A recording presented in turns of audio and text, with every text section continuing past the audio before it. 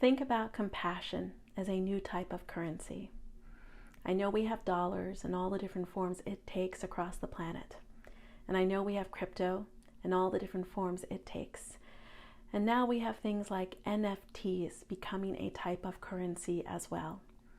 But I'd like to explore compassion as a type of new currency, and I invite you to hear me out on this. It's my belief that compassion is a new prosperity maker. It is the prosperity maker, and here's why. In order for us to tap into our greatest potential abundance, you may choose to use the word wealth or money or time, but in order to tap into our greatest potential abundance, we must tap into choosing ourselves. We must tap into knowing ourselves. We must know ourselves and develop the type of awareness that lets our gifts come to the surface, our true and authentic gifts, the ones that are connected to the soul deep within. So in order to tap into our greatest abundance, we must tap into our true self and choose ourselves. We must tap into our soul. We must tap into what drives us. We must tap into what nourishes us. We must choose ourselves. We must nourish ourselves. We must understand our needs and our desires. We must feel into the wholeness of ourselves. And this feeling into the wholeness of ourselves, the depth of ourselves, helps us access the gifts within us that want to be an offering of the soul. They help us tap into our greatest potential abundance, however you define abundance.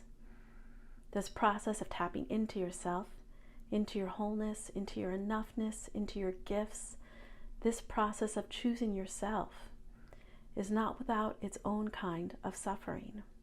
It is not easy to choose ourselves. It is not something that we are conditioned to do. We are conditioned to take care of our family.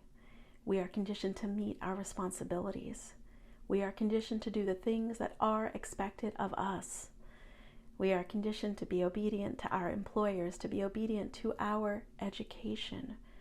We are encouraged at a base level to serve others before even serving ourselves. And so to choose yourself, to choose your wholeness, to choose your enoughness, to dig deep into the soul, to allow the magic of your gifts to be revealed or come to the surface in whatever way you decide to do that, through your softness perhaps, through feeling into it.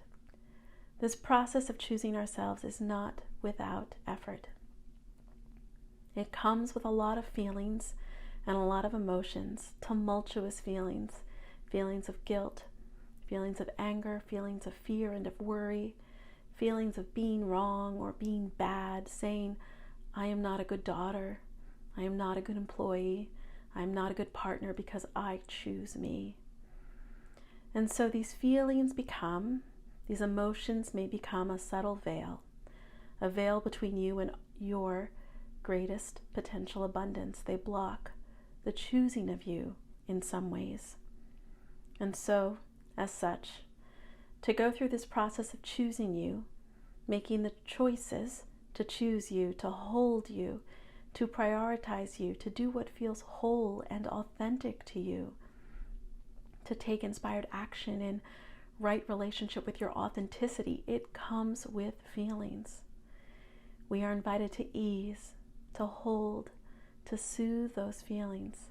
And the first tool that welcomes us, the first instinct, the very ancient tool that comes into our hands, if we so choose, is the muscle, the capacity to welcome in compassion for ourselves. Compassion is a feeling, yes, but it is also a muscle. It is also a practice. It is also a tool that we use as we suffer, as we experience pain and feelings and emotions when we choose ourselves. But the more we choose to practice compassion and to use this tool of compassion on ourselves to say, yes, I feel pain. Yes, this feels hard. Yes, I feel guilty. But it is okay. I am okay. These feelings are okay. I am present enough in this moment to know that I am fine. The more we show ourselves that type of compassion, the more this practice or this muscle grows within us. the more we use this practice, the more that compassion within grows. It grows so much that we are in a place where we can hold ourselves and soothe ourselves more and more, regularly, daily if needed. And what's very interesting about compassion, the practice of compassion, the practice of asking, are you okay? Can I hold you? We can do this. It's okay to feel these feelings. The greatness about the practice of compassion is the more it blooms and grows and blossoms within you as a tool, as a practice, as a feeling for yourself, the more it overflows all around you. The more you show that compassion, you allow that compassion for others. And how lovely is that? How lovely is that? A byproduct of you showing yourself compassion is you get into a space where you allow compassion for others, for the neighbor in the apartment next door who plays their music loudly, or for a parent or a loved one or a sibling, or for your boss. Imagine you feel so much compassion for yourself that it overflows, such that when your boss asks you again to do that thing again that they asked you to do yesterday and the day before, you have nothing but compassion for them. When your partner asks you to take out the trash again like they did last week and the week before, you have an abundance of compassion for them. The more compassion you have for yourself, the more it overflows with others.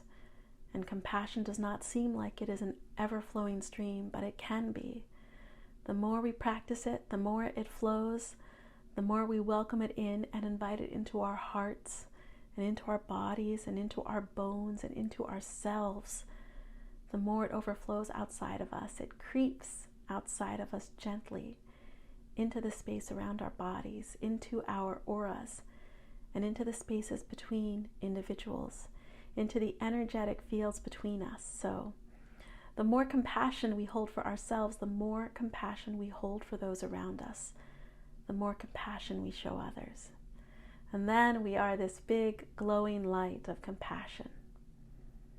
All this compassion that we are able to show and hold.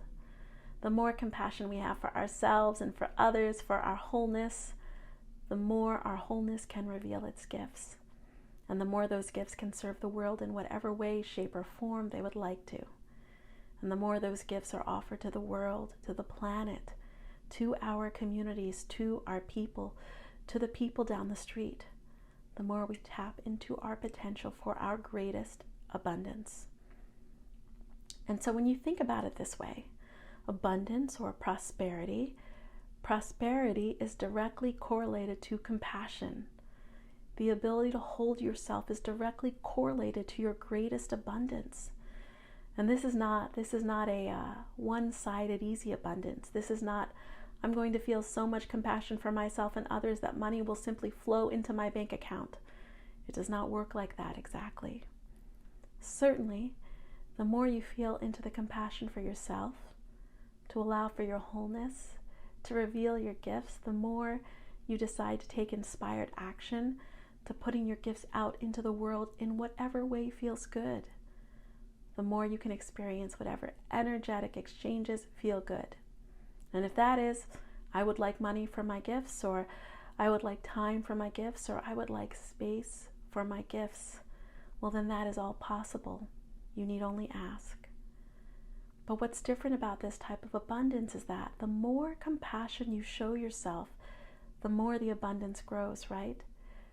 But the more compassion you show yourself, the more compassion you can show others. And that invitation, that flow of compassion for others, it creates a wave, a domino effect, such that they bear witness to the compassion you show them in some way, shape, or form. And it sparks the holding of themselves. They may decide to hold themselves up, to allow their wholeness and their enoughness to hold themselves in such a way that they show compassion for themselves. They connect to their wholeness. They reveal their gifts, and they're able to offer their gifts in whatever way, shape, or form feels good to them if they so desire. and they connect to their own special abundance. And in this way, compassion is more than an abundance maker. Compassion is a prosperity maker. It is directly correlated to a thriving of you and a thriving of another. And that is the kind of prosperity we are looking at today. That is the kind of prosperity we need today. We do not need just one person to thrive. We need all people to thrive. We need all people to thrive. One person's thriving is almost like a vacuum. It sucks it in, it disappears. It cancels itself out when others are not thriving. So we offer this because we believe compassion is a new type of currency, and it is the key to making prosperity for all. It is a new currency, and it is the prosperity maker. And that is how we have been asked to offer it today. That is how it has arrived in us, and that is how we offer it today. Compassion sounds like a lovely, fluffy word, right? It sounds like love. It is not easy. It is not at all easy to offer ourselves compassion, to offer others compassion, but it is worthwhile. It is worthwhile because it will directly connect to our own abundance, and it will directly connect and correlate to another's abundance. And in doing so, it will help us all thrive. It will help us all prosper, and that is what we want to offer today. Compassion. It's a new currency. It is the currency that we encourage the soul to focus on, because the more we allow compassion to flow, the more we feel into our wholeness, the more we tap into our gifts, the more we're able to offer them in whatever form they decide to take, the more and more we create prosperity and thriving for all.